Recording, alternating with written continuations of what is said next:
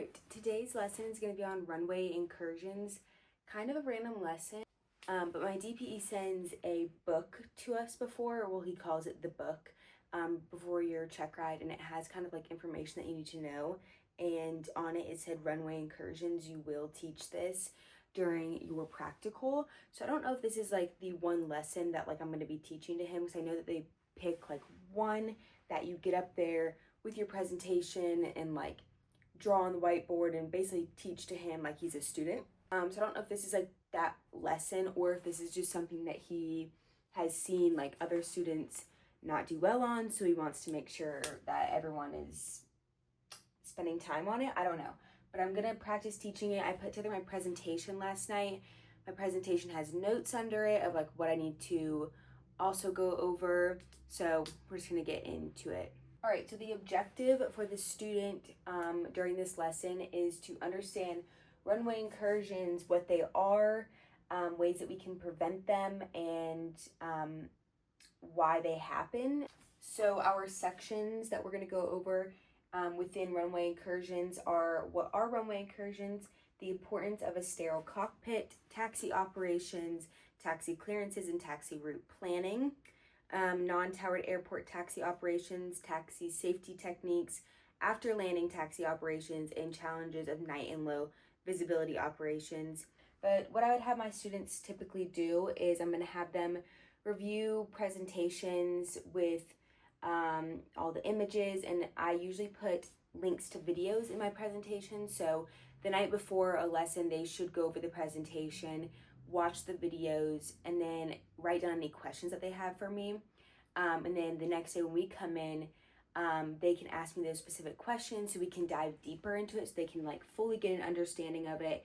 And then I'll just go over some little things that I want to clarify on. That way I'm not like directly teaching my students from a presentation. They've already kind of done that themselves, and then we can just touch on the things that they want to dive deeper into or need a better understanding of. So what is a runway incursion? It's basically, if you're at a towered airport, if you don't know this already, they have a ground controller. So basically once you land, you'll switch to the ground frequency, and then you'll now be talking to a ground controller rather than the tower who is helping you give directions to land. The ground controller is going to help you taxi from the runway to wherever you need to go. So usually when you land, you'll switch over and you'll say, we'd like to taxi to the FBO, or we need a refuel, or whatever, or we want to taxi back to the runway. And then they will give you a clearance basically saying like, all right, 44734, taxi off runway 23 via Alpha 3, then via Alpha back to runway 23, something like that. And basically when they give you those directions, you're going to write them down and then repeat those back to him. So then once they give you those directions, you're going to write them down, then you're going to read them back to him. Reading back just basically helps so that if you read it back to him and you said something different than what he said, he can be like, it's actually Alpha, not Bravo. Like, he'll correct you. That kind of is like an extra step to prevent any runway incursions or you like misunderstanding him. So when you get that clearance, you're expected to follow those directions and follow those taxiways. So usually when you land on your foreflight, a diagram of all the taxiways at that airport usually pop up. So what you're going to want to do is, so I'm kind of giving you all an overview, and then we'll dive into more specifics. If you're not aware of where the taxiways are, then after you get that clearance, then you should, before you move, look at your taxi diagram and see, okay, where is Alpha 3 that I'm getting off on? Where is Alpha? That way you can make that turn onto the correct taxiway. And let's say that you have two parallel runways. So this would be an example of a runway incursion, what I'm about to show you. So parallel runways, if you don't have experience with this either, is we'll have 23 left and 23 right. So these are two runways and they're directly parallel to each other. So they're both runway 23, but now we have a runway 23 left and a runway 23 right. So then we have the FBO over here. And we have these taxiways. And yeah, that's a good enough picture for now. So let's say you're landing 23 left and you're trying to get to the FBO. And let's say the ground controller tells you to, let's just say this is like Alpha 2. Let's say they tell you to turn off on Alpha 2, hold short of 23 right. And let's say they tell you to taxi off on Alpha 2 and hold short 23 right. So you get those directions, you write them down, you read them back. Maybe you don't understand the terminology hold short. Like maybe you're a new pilot and you just don't understand that. So let's say you come off here, you taxi onto Alpha 2 and you're taxiing, and you just go right across this runway and go to the FBO. Well, he told you to hold short at 23 right, which means you would stop right there. And the reason for that could be because another airplane is landing on 23 right or taking off. And if you made it across, then congratulations, because there could have been a real like safety hazard there. And there could have been like a close call. There's always a reason why they're telling you to do something that they're telling you to do. Like, he's not just telling you to hold short there for fun. So just keep that in mind, and we just need to really make sure we're following the directions. So if you were to cross, that'd be a runway incursion because you're doing something that ATC didn't clear you to do. So just like I said, disasters can occur if you do not follow these instructions. There was actually a disaster, I didn't put it in my presentation, but I think it's called Tenerife, something, where basically an airplane didn't didn't follow their ATC clearance. They taxied onto a runway and another airplane was taking off and they crashed into each other. So things like that can happen, and just because you're on the ground and you're no longer flying in the sky doesn't mean your job is done. Things can still happen on the ground that are just as terrible as in the sky. We're going to talk about hold short lines really quickly, just because those are very important at a towered airport and in a non-towered, but just at a towered airport you need a clearance to cross those lines. So it's really important that we know what they look like and what to do when we get to them. So we have kind of dashed lines on this side, and then we have solid bars on this side.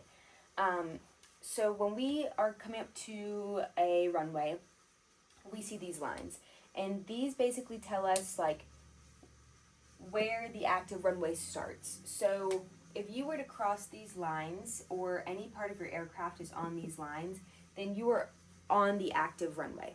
You might not actually be on the actual strip that you take off and do your takeoff roll, but you're still considered to be on an active runway. So if there's any aircraft on the runway, you are not allowed to be over those lines at all. You need to be holding short back here. So these are called hold short lines. When you're taxiing off a runway, you're going to be on this side of the hold short lines. And the dashes mean that you're able to taxi over those without a clearance. So you're basically, you don't want to stop here and wait for a clearance, because you're on an active runway and there could be other airplanes behind you that are waiting to land, and that could lead to disaster also if you're just sitting on the runway and an airplane is trying to land behind you. So what you want to do when you see the dash lines is you can just continue over them. So you're just going to taxi over them, and then once your tail is clear of these solid lines, that means that you're clear of the runway. So when no part of your aircraft is on these hold short lines, you're down here, that means you're clear of the runway, and you can then make your call saying that you're clear of the runway. And then another aircraft is then able to use the runway because you're not on it anymore. But these lines mean that you do have to stop here. You cannot cross. So if you're at a towered airport, you cannot cross these lines without a clearance. So when ATC tells you you're clear for takeoff, runway 23, then you know that you're clear to cross those lines. If they tell you 44734, hold short, runway 23 at Alpha, then you should know that once you get to these lines, you follow your taxi instructions to the runway, you're at these lines, that means hold short. It means stop and wait until further instructions. If you're at a non-towered airport, we don't have a tower that's telling us when we can depart and giving us a clearance. So it's up to us to decide when we want to cross those lines and go onto an active runway. So that means that we have to look for traffic, always scan the traffic pattern, always look at final, look on the runway and make sure that any aircraft that were on the runway are completely clear of the runway. Check your ForeFlight and see if you can see any traffic in the area. And then once you determine that it's safe to taxi onto that runway, you make your call announcing to all the pilots in the area that you are now using this runway and you're taxiing onto it. That allows other pilots to know, okay, they're using that runway, so I need to extend my traffic pattern if I need to give them more time. Or that gives pilots an opportunity who maybe you missed on final or something to come on the radio and be like, hey, I'm about to touch down on that runway. Like, you can't use that runway right now. So then that gives you an opportunity to be like, okay, like, let me wait and let me reevaluate. And then once you've made that call and it's safe to take off and taxi onto the active runway, then you can cross those lines and go onto the active runway. So what causes runway incursions? It's 65% of pilot error. So I don't know what the other percentage of the errors are. I would assume some with ATC and all that, but that means that we need to really be diligent about following those instructions, being prepared ahead of time, and doing our best to do everything that we can to avoid the runway incursions, because the facts say that it's mostly our fault. Why pilot error happens and why runway incursions end up happening is lack of familiarity, lack of planning, or just not focusing, not taking it seriously. All those things become a problem. Lack of familiarity and planning, something that we can do to prevent that from being an issue is, if you know what airport you're flying to, then review that taxi diagram before you even go on your flight. So the night before, pull up that taxi diagram and look at it. Look at usual taxi routes. So sometimes they'll have on there like a normal taxi route that pilots normally take, but just get familiar with kind of what you're dealing with. And if you see a taxi diagram at an airport that's very confusing and kind of looks complicated, you've never experienced it before, and you're flying there solo, maybe reevaluate that and see if there's another airport in the area that you could fly to, and maybe go to that airport another day when you can have another pilot with you or a flight instructor, whatever. Because it does get complicated and it is stressful, because as soon as you land, you're switching frequencies, they're giving you directions, you're trying to write them down, you're also trying to get off the runway, you're trying to know where the taxi directions are and then follow it and then not mess up because you don't want to get a runway incursion, all of that. So if there's an airport that you feel like is kind of more complex than what you've dealt with before, go to it with another pilot, so that way if you absolutely mess up and you're struggling, then you can have someone else to help you.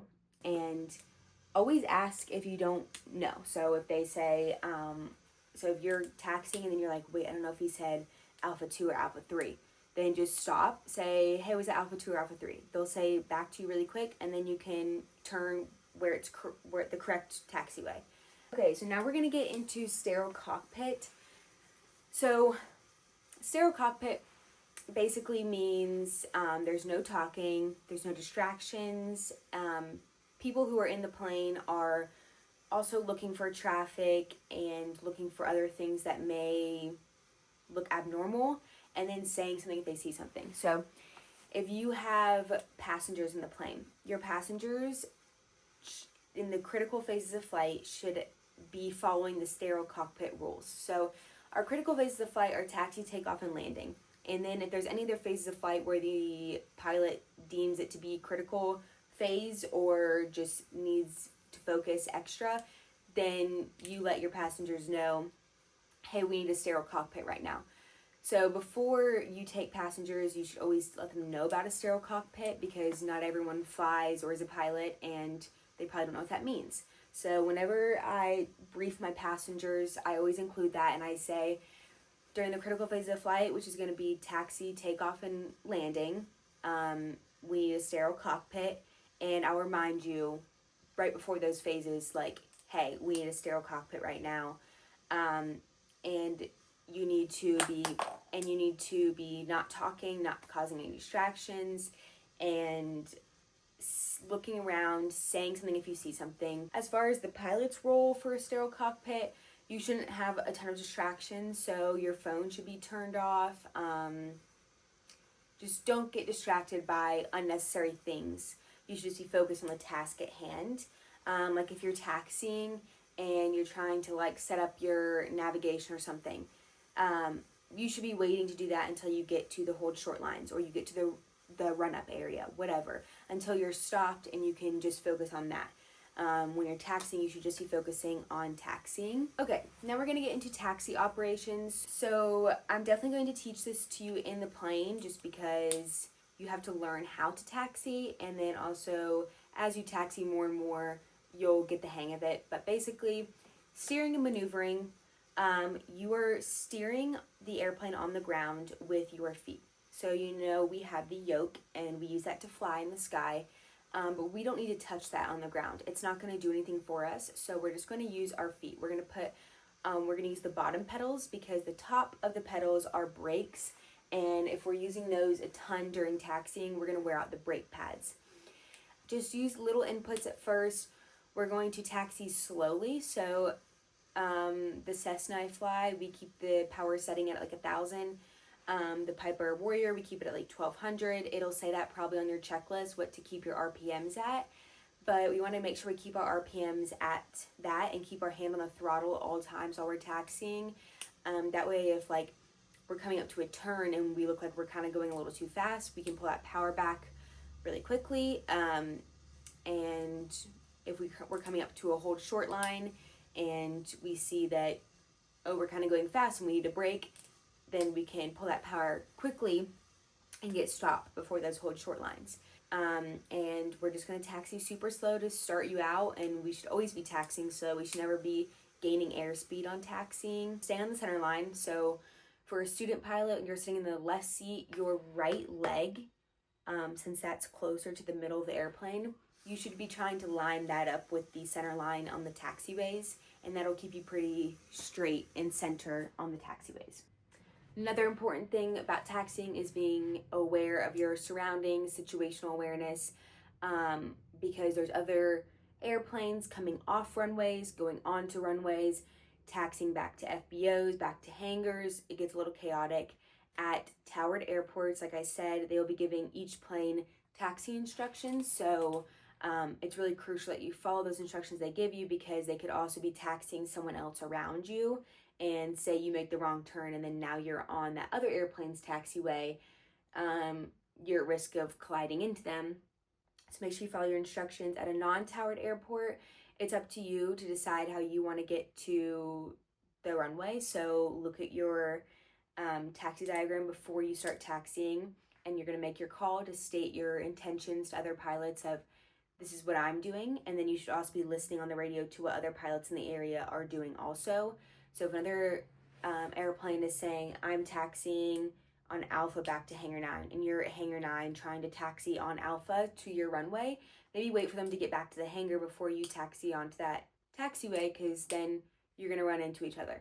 So once you're ready to taxi and you know which route you're going to take, you're going to come on the radio and say, we're taxiing from this location via this taxiway to runway 23. And you're going to start taxiing. If there is another aircraft coming at you on a taxiway, then one of y'all should turn to the right to give the other aircraft space to taxi. So if there's like a hangar tie-down spot that's empty next to you on the right side, then maybe you turn to the right and like let them know on the radio, hey, I'm letting you taxi, we'll wait over here.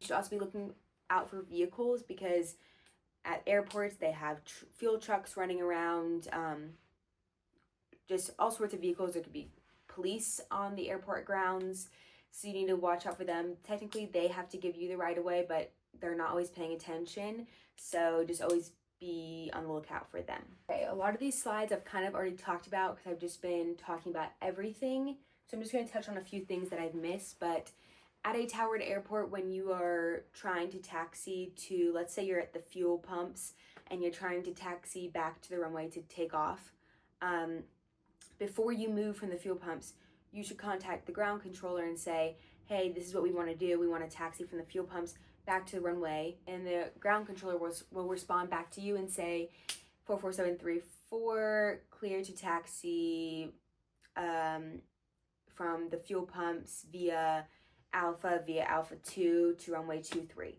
And then you will write those taxi instructions down, repeat them back to him, and then you will follow that taxi clearance to the runway. And he'll probably tell you to hold short runway 23. So you'll hold short in front of those hold short lines. And then whenever you get set up for takeoff, so you're going to do your run up, you're going to do your pre-takeoff checklist. Once the plane is like 100% ready to take off, then you're going to call the tower and you're going to say, hey, we're holding short runway 23, we're ready for takeoff. Then whenever they deem that it's safe to depart that runway, there's no traffic landing, none taking off, there's nobody that's like in the pattern, you're going to say you're cleared to take off runway 23. Then you'll taxi onto the runway. When you hear those words, cleared to take off, is when you can cross those hold short lines. And then you'll be able to take off. As far as landing goes, I've kind of touched on this a little bit, but you land at a towered airport and you're able to get off the runway. So the nearest exit off the runway, you can taxi there, go over the hold short lines, and go completely on the other side of the solid line so that you're completely clear of the runway. But once you get there, you should stop, and you're not allowed to taxi any further until you get an ATC clearance. The reason you're able to taxi off the runway without any clearance is because there could be a plane landing behind you. You want to make sure you get over those hold short lines and get off the active runway. Then you'll contact ground and they'll give you your taxi instructions, and then you can taxi. At a non-towered airport, when you land, you'll again go clear of the runway, you'll taxi off, get completely over those hold short lines, and then you'll announce to the other pilots in the area, I'm clear of the runway, because if someone's landing behind you, they're not allowed to touch down until you say, I'm clear of the active runway. So you'll want to make sure you make that call so that you're not holding someone up or making someone do a go-round if you are clear of the runway. And it's up to you to taxi at a non-towered airport. No one's telling you what to do. So you should do your after landing checklist, do everything really quickly, and then decide, okay, I'm going here, so this is the taxiway that I'm going to use.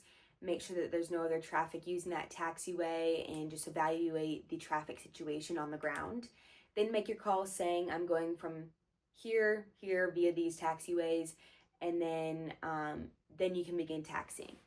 Okay, so something that's really important, which I'm going to have y'all look at on your own, because if you just look up a chart of taxiway signage, you'll get all the taxiway signage that you'll ever need to know, and you should just know all of those. But basically, taxiway signage is super important because there could be signs that look similar to other signs, but they have two different meanings. You should just always know like what the different colors of the signs mean and all of that. If they give you a taxi clearance, you write it down, you read it back, your taxi clearance is correct, but you don't know how to follow the signs at the airport, then you're kind of screwed. And then you're going to be sitting there being like, I don't know where I'm going, and it's going to confuse the ground controller because they're going to be like, you just read your clearance back correct. So make sure you know the airport signage. So as far as after landing goes, whether at a towered airport or a non-towered airport, this is where most runway incursions occur, because this is when pilots let their guard down. So you were just in the sky flying, and let's say you just had a 2-hour flight, and you're tired, and you just spent a lot of time focusing and flying the plane, and you're in the sky, and there's some levels of stress to that, and whatever. You land, and you're finally on the ground, and you made it to your destination safely and whatever, and pilots let their guard down and kind of like de-stress. Well, your job's not done, and disasters can still occur on the ground. So You just need to be aware that like until you taxi and park the airplane at wherever you're parking it and you shut it down, like your job is not done. So the term hotspots is referring to areas where a lot of runway incursions occur on a taxiway. So let's just say that like this is a taxiway, and then we have taxiways that are going over here, and this is the runway, and then let's say we have like some weird taxiway that goes like this, and then there's another taxiway that comes like over there.